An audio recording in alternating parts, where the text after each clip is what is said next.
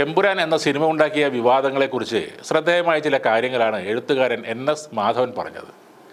കോഴിക്കോട് സാംസ്കാരിക വേദി നടത്തിയ പരിപാടിയിൽ മുസാഫർ അഹമ്മദുമായി നടത്തിയ സംഭാഷണത്തിലാണ് NS മാധവൻ ഈ കാര്യങ്ങളൊക്കെ പറഞ്ഞത്. നേരത്തെ തമിഴ്നാട്ടിൽ മെർസൽ എന്ന വിജയ് സിനിമയ്ക്കെതിരെ സംഘപരിവാർ ആക്രമണം ഉണ്ടായപ്പോൾ അവിടുത്തെ താരങ്ങളായ രജനീകാന്തും കമൽഹാസനും അടക്കം മൊത്തം ഇൻഡസ്ട്രിയും കൂടെ നിന്നെന്നും, എന്നാൽ എമ്പുരാനിൽ കേരളത്തിൽ നിന്ന് അങ്ങനെയൊന്നും ഉണ്ടായില്ലെന്നും NS മാധവൻ പറയുന്നു.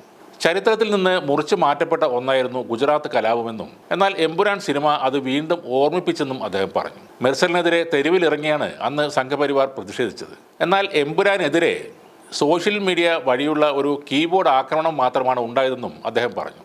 ഗുജറാത്ത് വംശഹത്യ നടന്നത് ഇന്നുള്ള യുവാക്കളിൽ പലർക്കും അറിയണമെന്നില്ല. ഇന്ന് ഭരിക്കുന്ന BJP സർക്കാരും മറക്കാൻ ആഗ്രഹിക്കുന്ന ഒരു സംഭവമാണത്. ആ ഗുജറാത്ത് കലാപം എന്താണെന്ന് അടയാളപ്പെടുത്തി കാണിച്ചു തന്നതാണ് എമ്പുരാൻ എന്ന സിനിമയുടെ വിജയമെന്നും അദ്ദേഹം പറഞ്ഞു. എന്നാൽ മെർസൽ സിനിമ ഇറങ്ങിയപ്പോൾ സിനിമയ്ക്കെതിരെ തെരുവിലിറങ്ങി പ്രതിഷേധിച്ചാണ് സംഘപരിവാർ എതിർത്തിരുന്നത്.